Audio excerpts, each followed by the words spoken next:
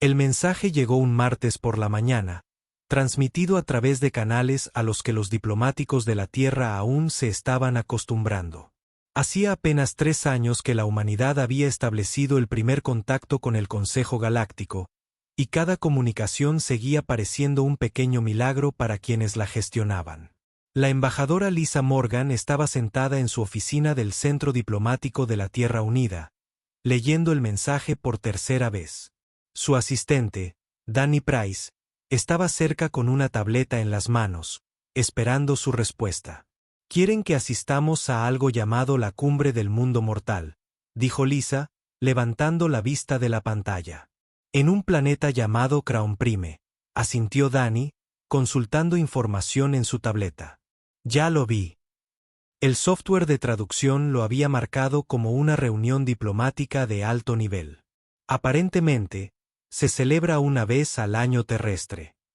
«Mundo Mortal», repitió Lisa, saboreando la palabra. «Es un nombre interesante para una cumbre. El archivo dice que es un planeta peligroso de clase 9, leyó Danny de su pantalla.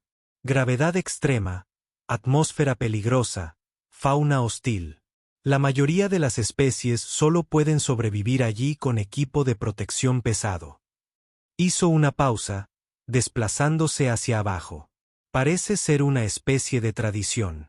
Las especies más resistentes de la galaxia se reúnen allí para debatir políticas de expansión y derechos sobre colonias fronterizas». Lisa se recostó en su silla, pensativa. El consejo había sido cortés pero distante con la Tierra desde el primer contacto. Los humanos eran vistos como recién llegados, primitivos en comparación con especies que habían viajado entre las estrellas durante miles de años. Una invitación como esta era inusual. «¿Por qué crees que nos invitaron?», preguntó. Danny se encogió de hombros. «Quizás quieran ver de qué estamos hechos. El mensaje dice que la asistencia es voluntaria, pero muy recomendable para las especies interesadas en unirse a la iniciativa de expansión. Ese es el programa de colonias, ¿verdad?».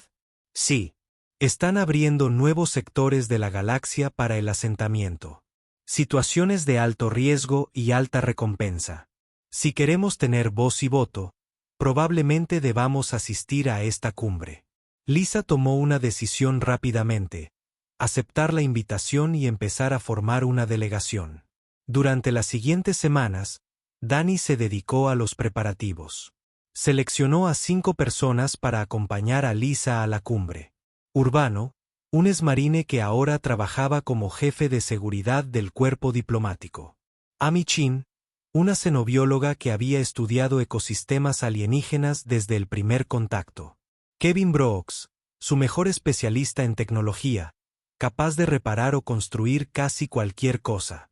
Nicole Sanders, una experta en cultura que hablaba 4 idiomas terrestres y había aprendido 2 alienígenas. Y Ryan Cooper, un joven diplomático recién graduado de la academia. Ansiosos e inteligentes, los miembros del consejo proporcionaron información detallada sobre Crown Prime. Conforme se acercaba la fecha de partida, el planeta tenía una gravedad un 40% mayor que la de la Tierra. Su atmósfera era densa y pesada, repleta de compuestos que la mayoría de las especies encontraban irritantes o tóxicos. Las temperaturas oscilaban drásticamente entre el día y la noche. Las tormentas eléctricas eran frecuentes. Los animales nativos eran todos depredadores, evolucionados para luchar por la supervivencia en un entorno hostil. Danny leyó los requisitos de seguridad con creciente preocupación. Otras delegaciones llegarían en naves especializadas con soporte vital completo. Llevarían trajes ambientales en todo momento fuera de sus hábitats reforzados. Traerían equipos médicos y material de evacuación de emergencia.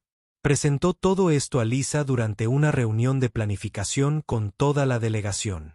«Básicamente», dijo Urbano tras escuchar los detalles, «es un planeta inhóspito». «Eso es decir poco», respondió Danny. «La delegación sariana trae una unidad hospitalaria móvil. Los centuranos envían sus trajes 6 meses antes para probarlos en el entorno». Amy revisaba los datos biológicos en su tableta. La flora es interesante. Altas concentraciones de alquitoides y metales pesados. La mayoría de los animales tienen esqueletos reforzados para soportar la gravedad. Suena divertido, dijo Ryan con una sonrisa. Danny parpadeó. ¿Divertido? Ryan, este planeta está clasificado como activamente hostil a la vida. Crecí en Colorado, dijo Ryan. Mi familia solía ir de acampada a las montañas todo el tiempo. Gran altitud, aire enrarecido, noches frías, osos y pumas. Sobrevivimos. Esto es un poco más extremo que acampar, dijo Danny con cautela. Lisa tomaba notas en su tableta. ¿Qué tipo de equipo de protección podemos solicitar? El consejo se ofreció a proporcionarnos trajes ambientales completos, del mismo tipo que usan los arianos, dijo Danny. Son como tanques andantes, básicamente. Soporte vital completo, blindaje reforzado, todo. ¿Cuánto pesan? Unos 90 kilos cada uno antes de añadir la fuente de energía y los tanques de aire. Urbano hizo una mueca. Eso va a ser complicado con mayor gravedad. Tendríamos que cargar con casi 135 kilos de equipo. Los trajes tienen asistencia eléctrica, aclaró Danny. Aún así, suena aparatoso, dijo Nicole. ¿Podremos interactuar con normalidad con los demás delegados si estamos encerrados dentro de estas cosas? La mayoría de las especies llevarán trajes similares, dijo Danny. Es lo habitual en la cumbre. Lisa miró a su equipo alrededor de la mesa. ¿Qué les parece si prescindimos de los trajes pesados? Podríamos llevar equipo de protección básico, respiradores, equipo de campo estándar. Mantenernos móviles y flexibles. Los ojos de DY se abrieron de par en par. Embajadora, no creo que sea prudente. Los informes de seguridad son muy claros sobre los peligros. Déjame ver el análisis atmosférico otra vez, dijo Amy. Danny envió el archivo a su tableta. Lo estudió un momento. El contenido de oxígeno es en realidad mayor que en la Tierra, un 24% frente a nuestro 21%. La presión es mayor, pero no aplastante. El rango de temperatura es amplio, pero no supera lo que los humanos pueden tolerar con la ropa adecuada. ¿Y los compuestos tóxicos? Preguntó Danny. Dióxido de azufre, óxidos de nitrógeno, algunos compuestos orgánicos volátiles, leyó Amy. ¿Irritantes? Sí. ¿Inmediatamente mortales? No. Necesitaríamos respiradores para una exposición prolongada, pero el contacto a corto plazo no debería ser un problema. Kevin revisaba sus propios datos. Las tormentas eléctricas son interesantes. Gran acumulación de estática, rayos frecuentes. Tendríamos que tener cuidado con los equipos sensibles, pero no es fundamentalmente diferente de una fuerte tormenta eléctrica en la Tierra. La gravedad es la principal preocupación. Urbano dijo que un aumento del 40% es significativo, pero no imposible. Hay gente que entrena en entornos de mayor gravedad. Cerradura con herramientas que, según los estándares galácticos, habrían parecido rudimentarias, pero lo logró en menos de 2 minutos. La escotilla se abrió silenciosamente. El equipo entró. Se encontraban en un túnel de servicio de apenas 1,20 m de altura. Para la mayoría de las especies habría sido imposible transitarlo. Los humanos habían evolucionado, deslizándose por cuevas y arrastrándose entre la maleza. Era incómodo, pero manejable. Amy Rodríguez iba a la cabeza. Era la más pequeña del equipo, lo que la hacía perfecta para espacios reducidos.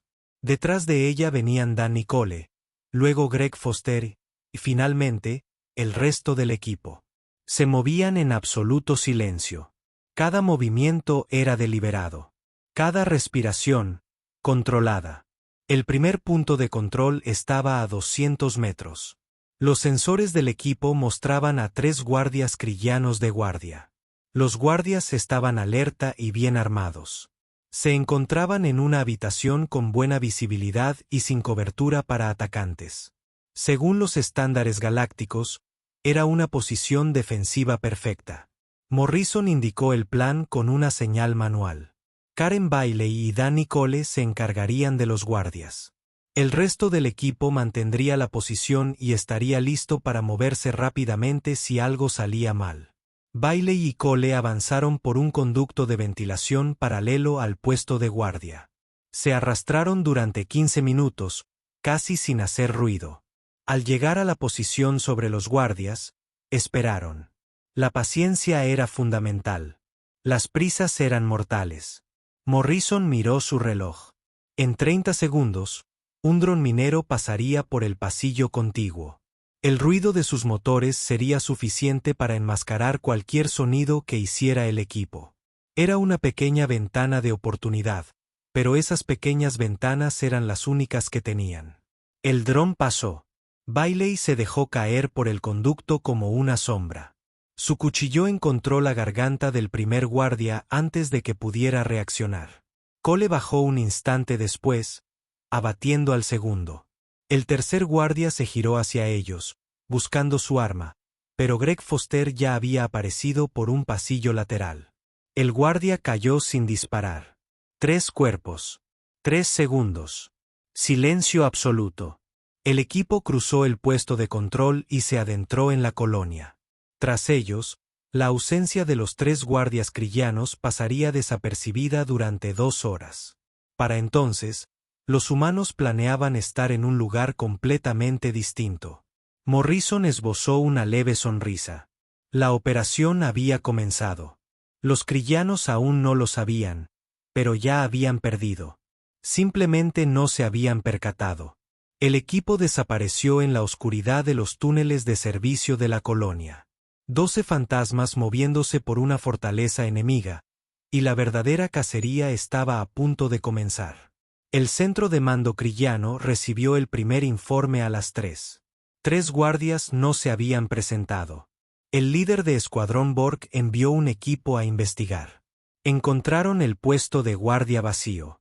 Ni cuerpos, ni sangre, ni señales de lucha. Los 3 guerreros simplemente se habían desvanecido. Borg informó de esto a su superior, quien a su vez lo informó al señor de la guerra Setor. El señor de la guerra no se preocupó. A veces los guardias se dormían o abandonaban sus puestos. Ordenó aumentar las patrullas y continuó con sus planes. Aún no comprendía que ya lo estaban cazando. El equipo de Morrison había trasladado los cuerpos a un armario de almacenamiento y lo había sellado. Ahora se encontraban 3 niveles más adentro de la colonia, estudiando su próximo objetivo. Los krillanos habían colocado a la mayoría de los rehenes en el centro neurálgico, pero varios cientos de civiles estaban dispersos por todo el complejo en grupos más pequeños.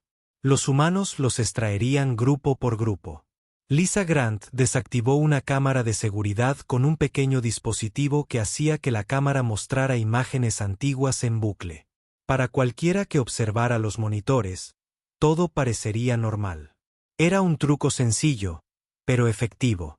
Los krillanos confiaban demasiado en su tecnología. Suponían que si sus sensores no detectaban nada, entonces no había nada. Ese fue su primer error. Los humanos habían aprendido siglos atrás que los sensores podían ser engañados, las cámaras podían ser hackeadas y la tecnología podía fallar. Por eso los operadores humanos se entrenaban para trabajar sin ninguna tecnología. Con un cuchillo y una cuerda, aún así completarían la misión. El primer grupo de rehenes eran 12 civiles retenidos en un almacén del nivel 7. 2 guardias krillanos vigilaban la puerta.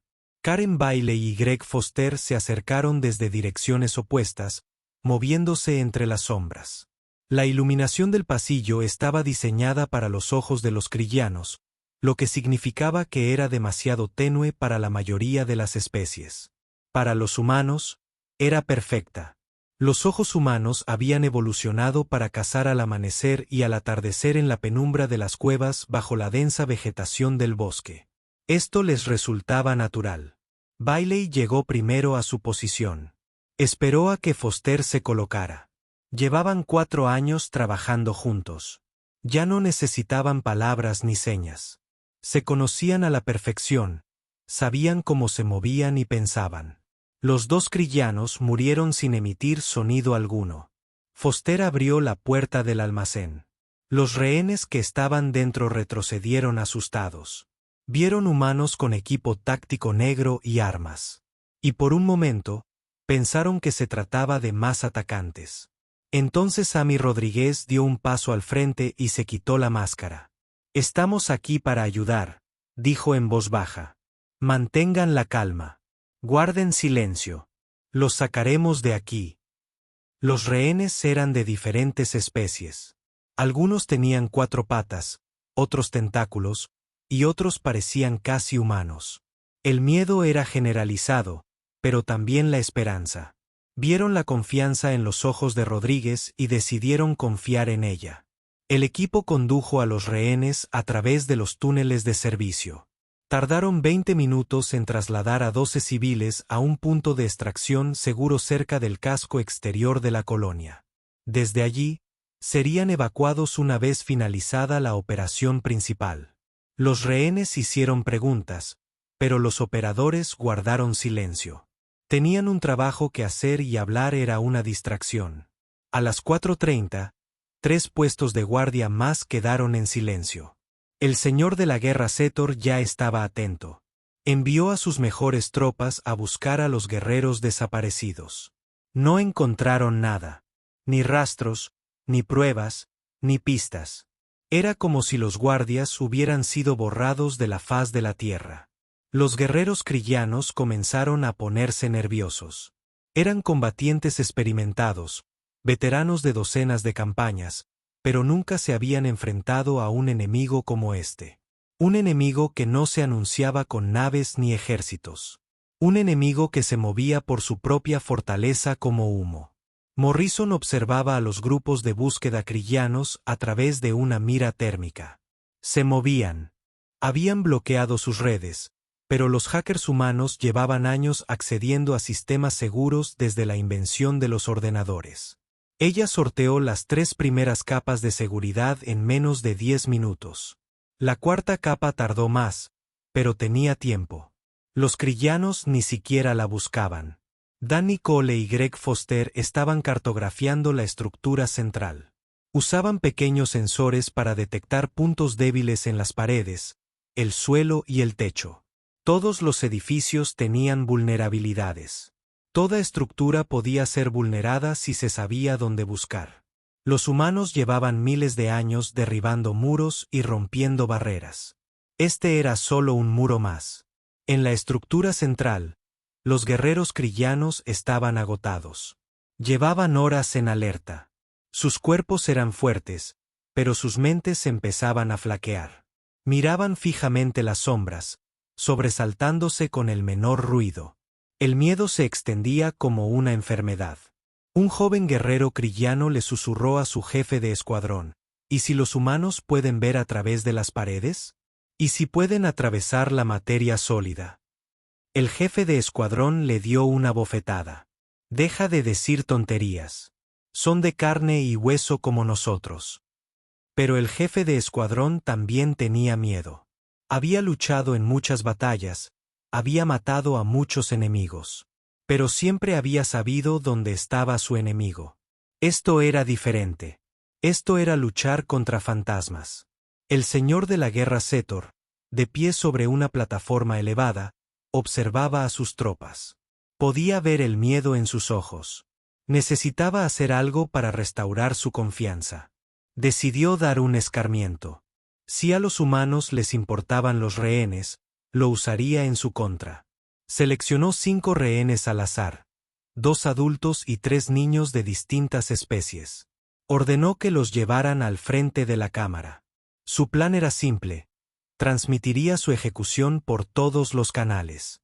Los humanos se verían obligados a rebelarse o a presenciar la muerte de inocentes. Era un plan razonable.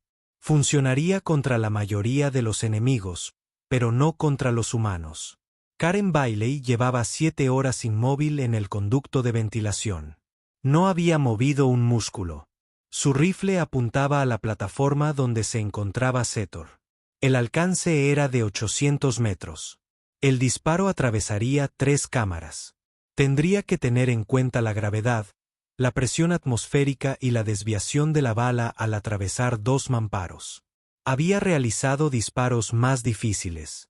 La voz de Morrison resonó en su auricular. «Tienes el tiro. Confirmado». Bailey susurró, «Espera mi señal». Bailey no respondió. Simplemente esperó. Su corazón latía despacio. Su respiración era controlada. La habían entrenado para disparar en cualquier condición posible. Agotamiento, miedo, dolor, distracción. Había aprendido a dejarlo todo de lado y concentrarse en una sola cosa: el objetivo. Setor agarró al primer rehén, un pequeño niño alienígena con pelaje y grandes ojos. Apuntó con su arma a la cabeza del niño. Los rehenes gritaron. Los guerreros krillanos observaban. Setor activó el sistema de transmisión. «Humanos», dijo, y su voz resonó por toda la colonia hasta la flota del Consejo. «Tienen 1 minuto para rendirse. Si no lo hacen, este niño muere. Luego el siguiente, y luego el siguiente. Los mataré a todos hasta que se muestren». Morrison miró su reloj. Todos los equipos estaban en posición. Lisa Grant controlaba los sistemas de la colonia. Los hombres de Chris Palmer estaban listos. Las rutas de extracción estaban despejadas. Dio la señal. Bailey apretó el gatillo.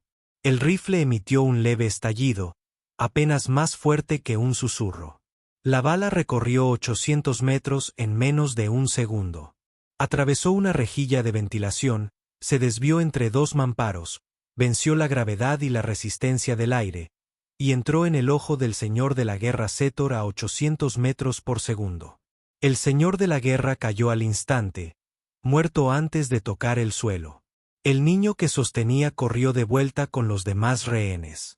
Los guerreros krillanos se giraron, alzando sus armas, intentando localizar al tirador. No encontraron nada. Bailey ya se había movido a una nueva posición. Los krillanos dispararon a cada sombra, a cada rejilla de ventilación, a cada posible ubicación. Desperdiciaron cientos de balas en pasillos vacíos. El pánico se apoderaba de ellos. Su líder estaba muerto, asesinado por un enemigo invisible desde una distancia que creían imposible. Chris Palmer detonó sus cargas. Se fue la luz. Los sistemas de emergencia se activaron, pero solo proporcionaron una tenue luz roja. Para los krillanos, apenas era suficiente para ver. Para los humanos, era perfecto. Danny Cole guió a su equipo a través de un agujero que habían abierto en el suelo del centro. Emergieron dentro de la cámara, en medio del grupo de rehenes. Los civiles vieron a los humanos, vestidos con uniforme negro y equipo de combate, emerger de debajo de ellos como fantasmas. «Agáchense y guarden silencio», dijo Cole con firmeza. «Los sacaremos de aquí». Los humanos comenzaron a trasladar a los rehenes hacia la abertura del suelo. Era un espacio reducido, pero manejable.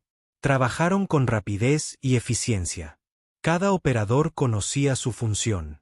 No había confusión, ni movimientos innecesarios. Los krillanos se dieron cuenta demasiado tarde de lo que sucedía. Para cuando comprendieron que los humanos estaban dentro de la cámara, ya habían evacuado a 300 rehenes. Los guerreros intentaron alcanzar al grupo de rehenes, pero en la penumbra y el caos, se disparaban entre sí tanto como a un objetivo real.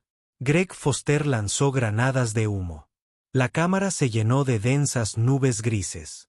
Los sensores térmicos resultaron inútiles. La identificación visual era imposible.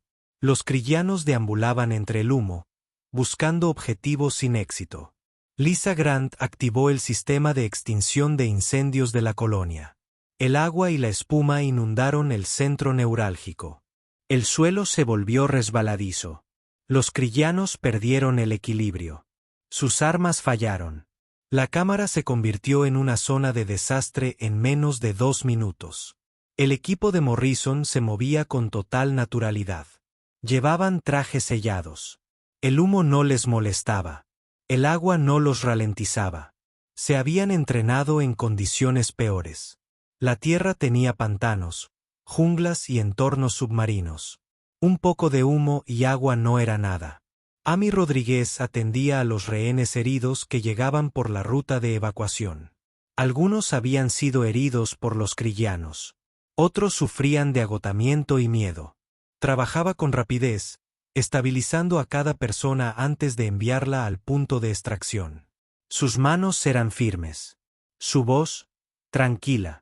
Había hecho esto en zonas de guerra reales donde la gente intentaba matarla. Esto, en comparación, era pan comido. En el centro de operaciones, los krillanos supervivientes estaban perdiendo la cabeza. No podían ver a sus enemigos. No podían proteger a los rehenes. Ni siquiera podían encontrarse entre el humo y el agua. Algunos pedían la retirada. Otros disparaban a ciegas. Todos estaban aterrorizados. Un oficial krillano intentó reagrupar a sus tropas y formar posiciones defensivas. Siguiendo patrones predecibles, revisando lugares obvios y siguiendo los protocolos de seguridad estándar. Era un procedimiento militar de manual. También era exactamente lo que los humanos querían que hicieran. Cada guardia buscando fantasmas era un guardia menos vigilando a los rehenes. Chris Palmer colocó su primera carga explosiva en una viga de soporte en una sección vacía de la colonia. Era pequeña, lo justo para hacer ruido y llamar la atención. Programó el temporizador para las 6 y se dispuso a colocar la segunda carga 3 niveles más abajo. Cuando ambas explotaran, los krillanos tendrían que dividir sus fuerzas para investigar. Los enemigos divididos eran más fáciles de manejar. El sargento Danny Cole encontró una patrulla krillana en un pasillo estrecho. 4 guerreros moviéndose en formación, alertas y preparados. Cole podría haberlos eliminado fácilmente. Unas cuantas granadas, algunos disparos de fusil, y estarían acabados. Pero eso haría ruido. El ruido alertaría a toda la colonia. Así que Cole simplemente esperó en un panel de acceso del techo y los dejó pasar por debajo. Ni siquiera levantaron la vista. Esa era la diferencia entre las fuerzas especiales humanas y las unidades militares regulares. Las unidades regulares buscaban al enemigo y lo destruían. Los operadores de las fuerzas especiales evitaban al enemigo siempre que era posible y solo luchaban cuando era necesario. Cada bala disparada suponía un riesgo. Cada cuerpo que quedaba atrás era una prueba. El objetivo no era ganar batallas, sino completar la misión. El sol salió sobre Arabus 7. Aunque dentro de la colonia no había ni día ni noche, solo la constante iluminación artificial. Morrison miró su reloj. Llevaban 8 horas dentro. Habían rescatado a 47 rehenes. Habían eliminado a 15 guardias krillanos y no habían disparado ni un solo tiro. El señor de la guerra Setor convocó una reunión de emergencia con sus oficiales. 20 guerreros krillanos habían desaparecido. Sus tropas informaban de extraños ruidos en el sistema de ventilación, sombras que se movían en los pasillos vacíos y la sensación de ser observados. Varios guardias habían abierto fuego al aire, malgastando munición y haciendo el ridículo. ¿A qué nos enfrentamos?, preguntó un oficial. Setor no supo qué responder. Había estudiado las tácticas humanas antes de que comenzara la operación. Los humanos eran nuevos en la galaxia.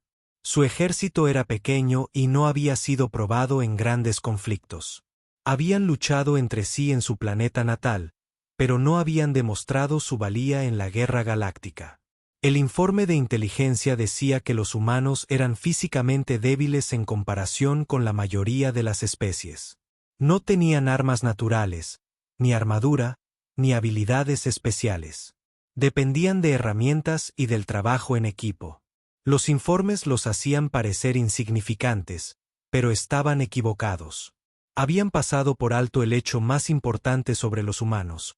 Habían evolucionado en un mundo letal, un planeta tan peligroso que la simple supervivencia requería habilidades que otras especies jamás desarrollaron. Los humanos habían aprendido a ser más inteligentes que los depredadores más fuertes, más rápidos que las presas más grandes y más adaptables que cualquier criatura con la que se encontraran. Habían aprendido a cazar en manada, a comunicarse sin palabras, a planificar estrategias complejas. Habían aprendido a aprovechar cualquier ventaja, por pequeña que fuera. Habían aprendido la paciencia porque en la tierra, el cazador paciente comía y el impaciente moría. Y habían llevado todas esas lecciones a las estrellas. A las 600 horas de Uru, las cargas de Chris Palmer detonaron. Las explosiones fueron fuertes, pero controladas. No causaron bajas, pero sí confusión. La mitad de las fuerzas krillanas se apresuró a investigar la explosión del este. La otra mitad se dirigió hacia la explosión del oeste. El centro neurálgico donde se encontraba la mayoría de los rehenes tenía ahora una seguridad mínima. Esta era la oportunidad que Morrison había estado esperando. Hizo una señal a su equipo. Era hora de pasar a la siguiente fase. Karen Bailey lideró un equipo de 4 personas hacia el centro neurálgico. Se desplazaron por pasadizos cuya existencia los krillanos desconocían. Los ingenieros humanos habían estudiado los planos de la colonia y habían encontrado docenas de túneles de mantenimiento, rutas de acceso de emergencia y corredores olvidados. Los krillanos habían ocupado la colonia durante 6 días. Los humanos habían memorizado su distribución en 6 horas. Llegaron a una posición justo encima del centro neurálgico. A través de un conducto de ventilación, Bailey pudo ver la enorme cámara inferior. 200 guerreros krillanos custodiaban a unos 5000 rehenes. Los civiles estaban sentados en el centro de la sala, rodeados de armas y soldados. Parecía imposible. 200 guerreros entrenados contra 12 operadores humanos. Según cualquier cálculo razonable, los humanos deberían retirarse y pedir refuerzos, pero no siempre actuaban con sensatez. A veces, en cambio, hacían lo imposible. Bailey se colocó en posición y esperó. Había sido entrenada para permanecer inmóvil durante horas si era necesario. Sus músculos no se acalambraron. Su concentración no flaqueó. Simplemente se mimetizó con el entorno, invisible y paciente. Abajo, los krillanos empezaban a entrar en pánico. La confianza de su señor de la guerra era lo único que los mantenía unidos. Pero incluso Setor comenzaba a dudar. En algún lugar de su colonia, un enemigo operaba con total libertad.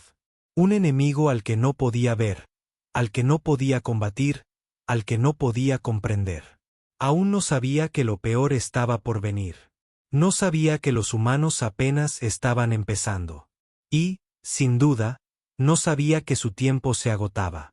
Habían transcurrido 6 horas desde que el señor de la guerra se ordenó a todas sus fuerzas reunirse en el centro neurálgico. Sus guerreros permanecían en formación, con las armas listas, vigilando cada entrada y salida. Los rehenes se apiñaban en el centro, aterrorizados y exhaustos. Los krillanos habían dejado de registrar la colonia. Se habían replegado para defender su fortaleza. Era justo lo que Morrison quería.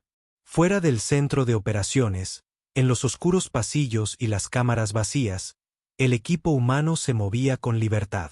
Con los krillanos concentrados en un solo lugar, el 90% de la colonia estaba desprotegida. Los operadores podían moverse, planificar y prepararse sin interferencias. Chris Palmer trabajaba solo en un almacén 3 niveles por debajo del centro de operaciones. Había encontrado los conductos de energía principales de la colonia y estaba colocando cargas en puntos precisos. No las suficientes para causar daños reales, pero sí para generar problemas. Trabajaba en completa oscuridad, guiándose por el tacto y la memoria. La mayoría de las especies necesitaban luz para trabajar. Los humanos solo necesitaban práctica. Lisa Grant accedía al sistema informático de la colonia desde una terminal de mantenimiento. Los krillanos. Soldados como nosotros. Pero no eran simples soldados. Eran el producto de millones de años de evolución en un mundo que intentó exterminar todo ser viviente. Eran humanos y habían traído a esta batalla las habilidades de supervivencia de un mundo letal. Karen Bailey disparó de nuevo, abatiendo a un crillano que se acercaba demasiado al grupo de rehenes. Jake Morrison neutralizó a 2 más con un preciso disparo de rifle. Los operadores señalaban sus objetivos, coordinaban sus movimientos, operaban como una sola unidad. Los crillanos eran numerosos. Tenían armas. Tenían entrenamiento. Pero no tenían lo que tenían los humanos. No tenían el instinto bélico propio de ser el depredador más peligroso en un planeta repleto de depredadores peligrosos. Chris Palmer colocó otra carga. Esta bomba estaba en las puertas principales del centro neurálgico. Al detonar, las puertas se doblaron hacia adentro, bloqueando la entrada principal. Ahora, los crillanos no podían recibir refuerzos, aunque los tuvieran. Estaban atrapados en el caos con un enemigo al que no podían combatir. Lisa Grant transmitió un mensaje por todos los canales de comunicación crillanos. Era la voz de Morrison, tranquila y profesional. Fuerzas crillanas, aquí el comandante Morrison. Su señor de la guerra ha muerto. Su posición está comprometida. Sus rehenes están siendo evacuados. Tienen una sola oportunidad para rendirse. Entreguen sus armas y serán tratados según la ley galáctica. Si se resisten, los eliminaremos a todos. Un largo silencio se apoderó del lugar. Luego, uno a uno, las armas comenzaron a caer al suelo. Los crillanos se rendían. Los mercenarios más temidos de la galaxia entregaban hasta 12 humanos a los que ni siquiera habían visto con claridad. Morrison dio la orden: aseguren a los prisioneros. Extraigan a los rehenes restantes. Acabemos con esto. La operación estaba casi completa. La misión imposible se estaba convirtiendo en un éxito. Y en algún lugar de la galaxia, ya se corría la voz sobre lo sucedido. Se hablaba de los humanos y de lo que eran capaces. El primer crillano arrojó su arma a las 8:47. Otros lo siguieron rápidamente. En 5 minutos, más de 100 guerreros se habían rendido. El resto estaban muertos o habían huido a las zonas exteriores de la colonia. Morrison ordenó a su equipo que asegurar el centro neurálgico mientras continuaba la extracción de rehenes. Las fuerzas del Consejo solicitaban permiso para entrar en la colonia. Morrison denegó la solicitud. La operación aún no había terminado. Todavía quedaban reductos crillanos dispersos por todo el complejo y la llegada de tropas del Consejo solo complicaría las cosas. Era mejor dejar que el equipo humano terminara lo que había empezado.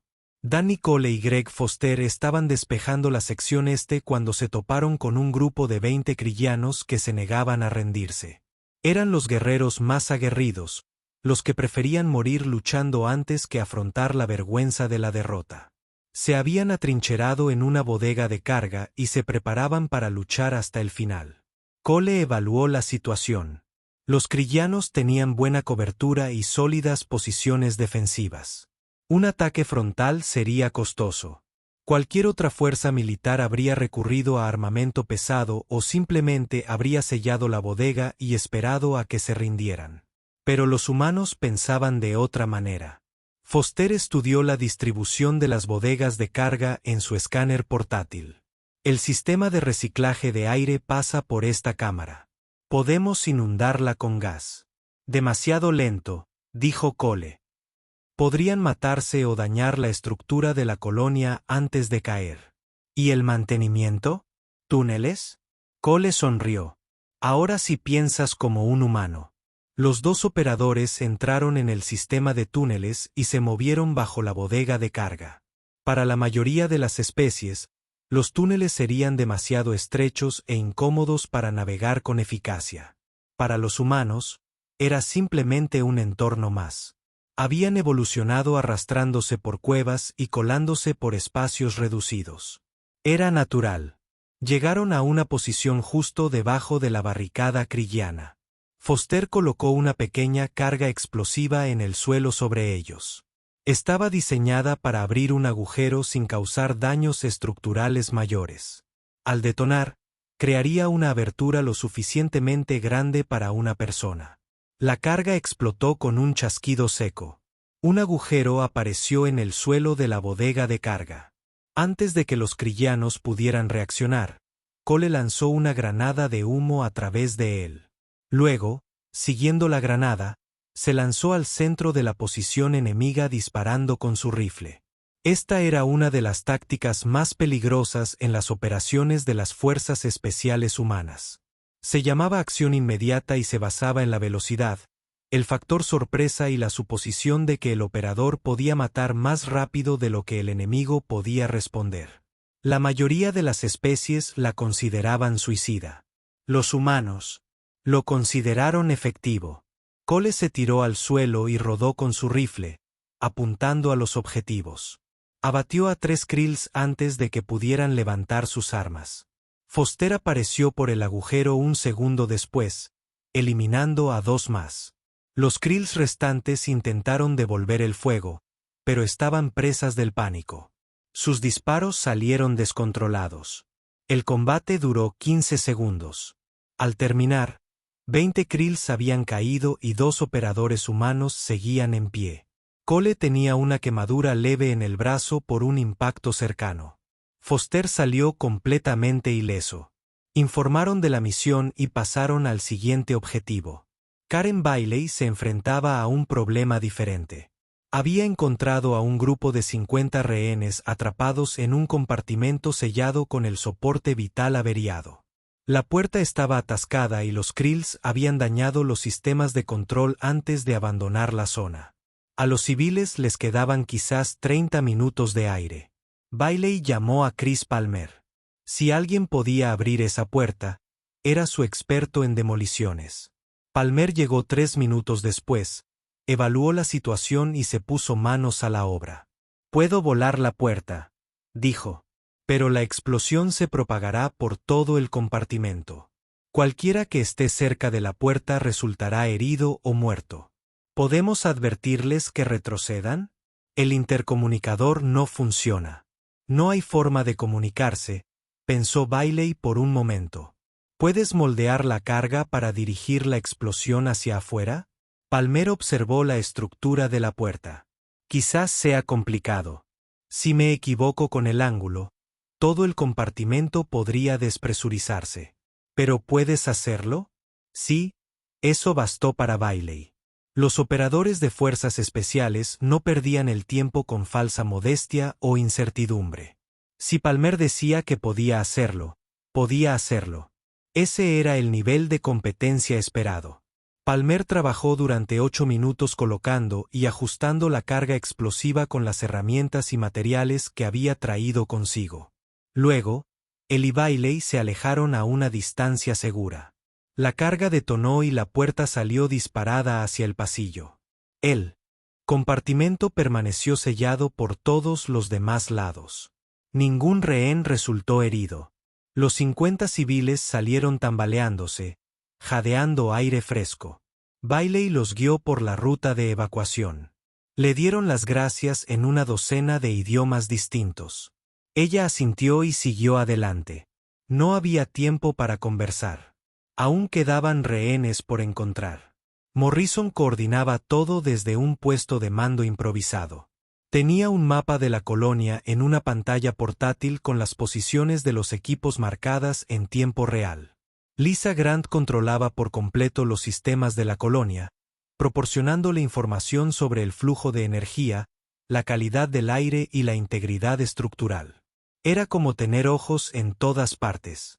«Tenemos un problema», dijo Grant. «Detecto movimiento en la sección del reactor. Al menos 30 Krillans se dirigen hacia allí». Morrison lo comprendió de inmediato. Si los Krillans llegaban al reactor, podrían amenazar con destruir toda la colonia. Era una medida desesperada, pero los enemigos desesperados toman decisiones peligrosas. Todos los equipos convergen en la sección del reactor. Movimiento prioritario alfa ahora. Los operadores humanos dejaron lo que estaban haciendo y se dirigieron al núcleo de energía de la colonia. Se movieron rápido, sin preocuparse ya por el sigilo. La velocidad era lo más importante ahora. Tenían que llegar al reactor antes de que los Krillans pudieran causar daños reales. Amy Rodríguez fue la primera en llegar al reactor. Se posicionó cubriendo la entrada principal. En 2 minutos, el resto del equipo llegó y estableció un perímetro defensivo.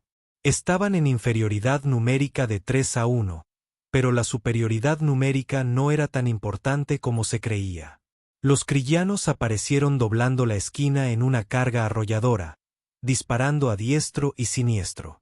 Era un ataque frontal, el tipo de ataque que funciona cuando se cuenta con superioridad numérica y de potencia de fuego. Pero solo funciona si el enemigo lucha como se espera. Los humanos no luchaban limpio. Luchaban para ganar. Morrison y su equipo abrieron fuego desde posiciones preparadas con campos de visión despejados. Sus proyectiles cinéticos atravesaban la armadura krillana como si fuera de papel. Los alienígenas tenían escudos de energía, pero esos escudos estaban diseñados para desviar armas de energía. No servían de nada contra proyectiles sólidos que viajaban a velocidades supersónicas. Los krillanos intentaron devolver el fuego, pero avanzaban por un pasillo sin cobertura. Era una zona de muerte, y los humanos la habían convertido en una cámara de ejecución. Los guerreros caían uno tras otro, abatidos por el fuego preciso de los fusiles. Un oficial krillano se percató del fracaso del ataque y ordenó la retirada. Los guerreros supervivientes se dieron la vuelta y huyeron. Morrison los dejó ir. Los enemigos muertos no podían rendirse. Los enemigos en fuga sí. El equipo aseguró la sección del reactor. No se habían producido daños. La colonia estaba a salvo. Morrison se detuvo un instante para mirar su reloj. La operación había durado 18 horas. Parecían días. Informe de situación, dijo por el canal del equipo. Cada operador respondió por turno. Heridas leves, poca munición, algunos daños en el equipo, nada grave, nada que les impidiera completar la misión. Estaban cansados, pero operativos. Ese era el estándar para las fuerzas especiales humanas. Se trabajaba hasta terminar el trabajo, sin importar cómo se sintieran. Los krillanos supervivientes se rendían ahora en grupos. Se había corrido la voz entre sus filas de que la resistencia era inútil. Los humanos eran demasiado buenos, demasiado rápidos, demasiado decididos. Mejor rendirse y vivir que luchar y morir por una causa ya perdida. Las fuerzas del Consejo finalmente entraron en la colonia a las 12. Encontraron a los rehenes a salvo. Los krillanos fueron derrotados y 12 operadores humanos estaban listos para la extracción. Los oficiales del Consejo observaron a su alrededor, asombrados por la hazaña de los humanos. El almirante Trechikon se acercó personalmente a Morrison. «Comandante, debo confesar que dudé de usted. Pensé que 12 operadores no podrían tener éxito donde 500 soldados del Consejo habían fracasado. Me equivoqué», se encogió de hombros Morrison. Distintas tácticas para distintas situaciones. Sus tropas lucharon con honor. Simplemente no estaban entrenadas para este tipo de operación. ¿Qué clase de operación es esta? La especie humana. Trizan no lo comprendía del todo, pero estaba aprendiendo. La galaxia estaba aprendiendo. La Tierra podría ser nueva para la comunidad interestelar, pero los humanos aportaban algo único. Aportaban las habilidades de combate de una especie que había evolucionado, luchando por sobrevivir cada día de su existencia. Los prisioneros fueron embarcados en naves de transporte. Los rehenes recibieron atención médica y fueron enviados a casa. La colonia fue devuelta al control del Consejo. La misión había concluido, pero el verdadero impacto apenas comenzaba. La noticia de la operación se extendió por la galaxia a la velocidad de la luz. La historia crecía con cada relato. 12 humanos habían derrotado a 200 mercenarios krillanos. Habían rescatado a 40.000 rehenes sin perder a un solo operador. Habían logrado lo que un grupo de batalla del Consejo entero no pudo. Algunas especies lo atribuyeron a la suerte o a una exageración. Otras comenzaron a estudiar las tácticas humanas con interés. Unas pocas empezaron a comprender lo que significaba que los humanos provinieran de un mundo letal. Empezaron a darse cuenta de que la Tierra no solo había engendrado otra raza espacial. Había engendrado algo que la galaxia jamás había visto. Había engendrado cazadores que habían aprendido a cazar cualquier cosa. La Valiant partió de Arabus 7 3 días después de finalizar la operación. La nave permaneció en silencio al entrar en un viaje superlumínico.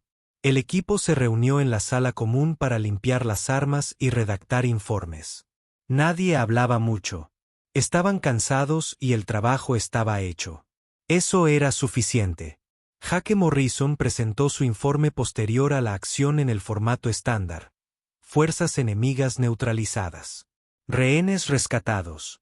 Misión cumplida. El informe constaba de 10 páginas con detalles técnicos y análisis táctico. No se mencionaba el miedo en los ojos del guerrero crillano. No se describía el alivio en los rostros de los rehenes. Esos detalles no formaban parte del registro oficial, pero formarían parte de la historia, y la historia se difundiría. En una estación espacial a 3 sectores de distancia, un grupo de mercenarios estaba sentado en un bar bebiendo alcohol alienígena. Uno de ellos, un veterano combatiente llamado Dres, les contaba a los demás sobre el incidente de Arabus 7. Había servido con los crillanos años atrás y conocía a muchos de los guerreros que habían estado allí. Mi amigo Court estuvo allí, dijo me contó que los humanos se movían como sombras. Estuvieron dentro de la colonia.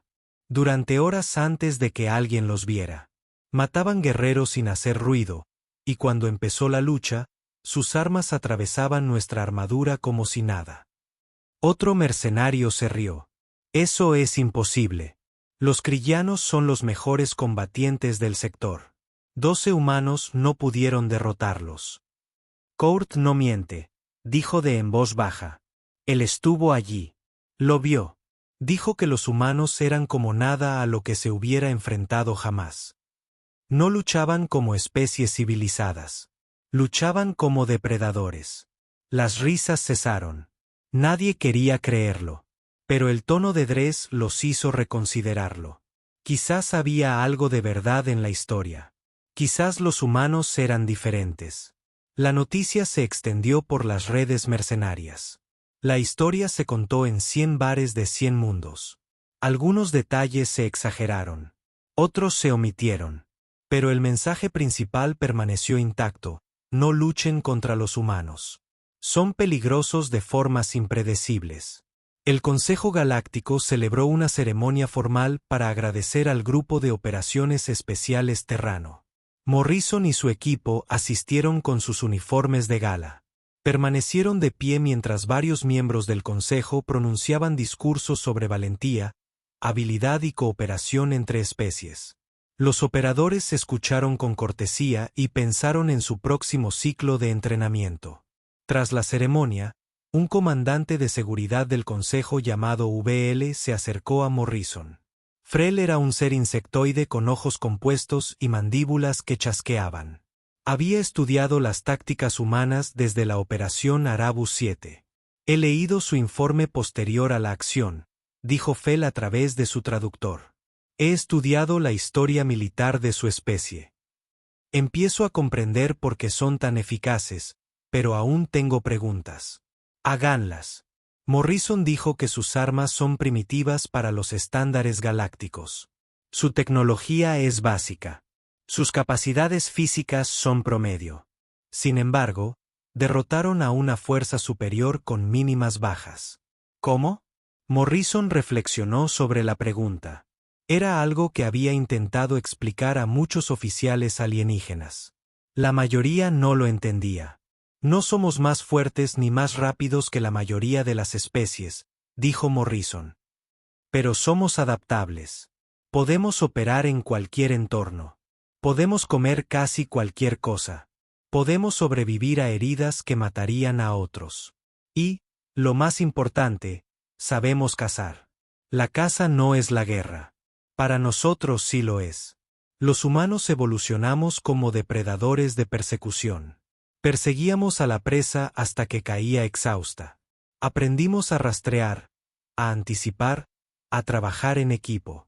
Aprendimos a ser pacientes porque el cazador paciente sobrevive. Todo eso está en nuestro ADN. Todos los humanos llevamos esos instintos. Procesamos esta información. Así que su entrenamiento militar se basa en ventajas evolutivas. Exactamente.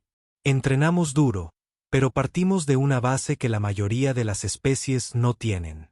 La Tierra intentó matarnos durante millones de años. Nos volvimos expertos en sobrevivir. Fel chasqueó las mandíbulas pensativo. Tu planeta está clasificado como un mundo mortal de categoría 9. Solo otros 3 mundos conocidos han dado lugar a civilizaciones espaciales y ninguno ha alcanzado tu nivel de eficacia militar. Eso se debe a que tuvimos que dominar la violencia para sobrevivir. En la Tierra, todo intenta devorarte, envenenarte o infectarte. El clima, por sí solo, puede matarte de docenas de maneras. Aprendemos a defendernos de todo ello. Esta información es inquietante. Morrison sonrió. Debería serlo, pero también significa que somos muy buenos protegiendo a los demás. Los rehenes de Arabus 7 están vivos porque los humanos saben luchar. La conversación terminó, pero no sería la última vez que alguien le hiciera esas preguntas a Morrison. La galaxia estaba despertando a lo que representaba la humanidad. No necesariamente una amenaza, pero sin duda algo nuevo y potencialmente peligroso. El grupo de operaciones especiales Terrano regresó a la Tierra para descansar y reentrenarse. Pasaron 2 semanas de permiso y luego se reincorporaron para su siguiente ciclo de misiones. Siempre había otra misión. La galaxia era un lugar inmenso con muchos problemas. 6 meses después de Arabus 7, el equipo fue desplegado para rescatar a investigadores atrapados en una luna helada. 9 meses después, rescataron a diplomáticos de una fallida conferencia de paz que derivó en una toma de rehenes. 1 año más tarde, entrenaban a unidades de fuerzas especiales de otras especies en tácticas humanas. La leyenda crecía con cada operación.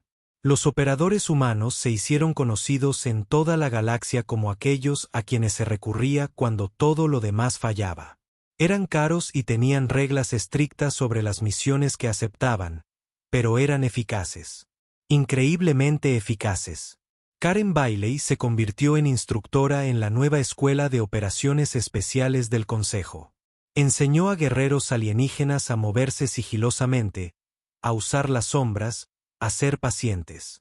La mayoría de sus alumnos tenían dificultades con conceptos que los humanos aprendían instintivamente. Pero algunos lo entendieron.